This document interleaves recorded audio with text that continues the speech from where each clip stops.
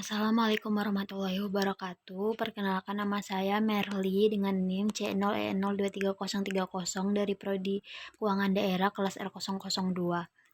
Jadi di video kali ini saya akan menjelaskan materi tentang pengelompokan pemerintah pusat dan daerah, pemetaan urusan, pohon kinerja, dan tunjangan berbasis kinerja.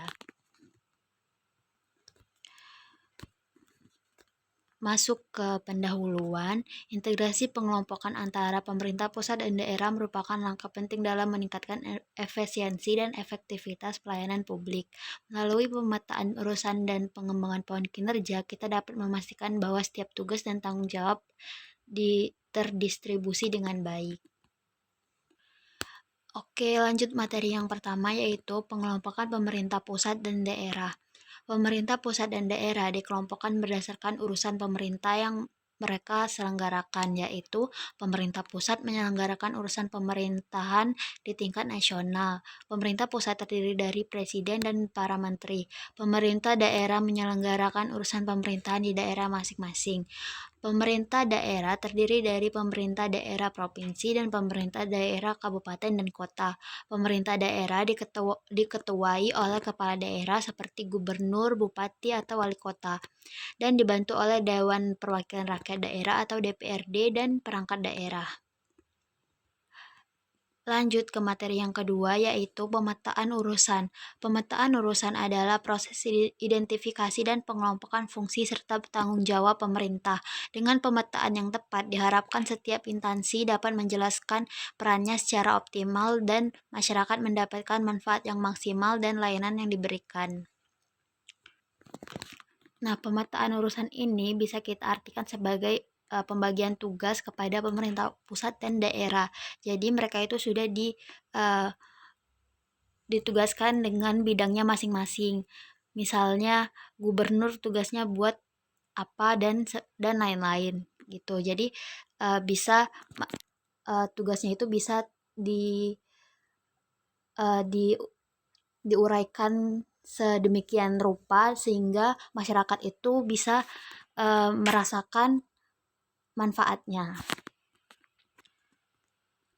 Lanjut ke pohon kinerja.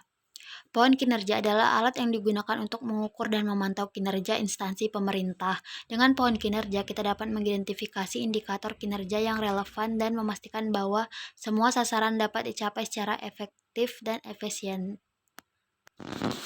Nah, pohon kinerja ini itu dari pohon kinerja ini kita tuh bisa ngelihat nih, bisa memantau kinerja dari instansi pusat maupun daerah.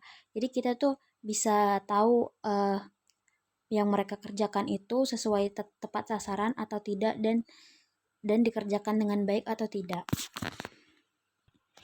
Selanjutnya yaitu tunjangan berbasis kinerja. Tunjangan berbasis kinerja merupakan insentif yang diberikan kepada pegawai berdasarkan hasil kerja mereka. Dengan sistem ini diharapkan pegawai akan lebih termotivasi untuk meningkatkan kinerja dan memberikan layanan yang lebih baik kepada masyarakat. Nah, tunjangan berbasis kinerja ini seperti reward kepada para kinerja instansi pusat maupun daerah. Jadi ini tuh bisa dibilang reward karena setiap apa yang mereka lakukan, kalau itu tepat sasaran atau sesuai dengan tugasnya, mereka akan mendapatkan tunjangan. Dan ini diberikan karena supaya mereka termotivasi untuk melakukan pekerjaan yang lebih baik lagi gitu, makin ditingkatkan lagi supaya masyarakat bisa merasakannya dan memberikan layanan terbaik kepada mereka. Nah, dari uraian di atas kita bisa menarik kesimpulan bahwa integrasi pengelompokan pemerintah pusat dan daerah melalui pemetaan urusan pohon kinerja dan tunjangan berbasis kinerja adalah langkah strategis untuk mencapai pelayanan publik yang lebih baik. Dengan kolaborasi yang baik, kita dapat menciptakan efisiensi dan transparansi dalam pemerintahan. Oke, selesai sudah video penjelasan dari saya pada hari ini. Maaf bila ada kekurangan kata maupun ucapan. Saya mohon maaf kepada Allah, saya mohon ampun. Saya akhiri, wabillahi taufiq wal hidayah. Wassalamualaikum warahmatullahi wabarakatuh.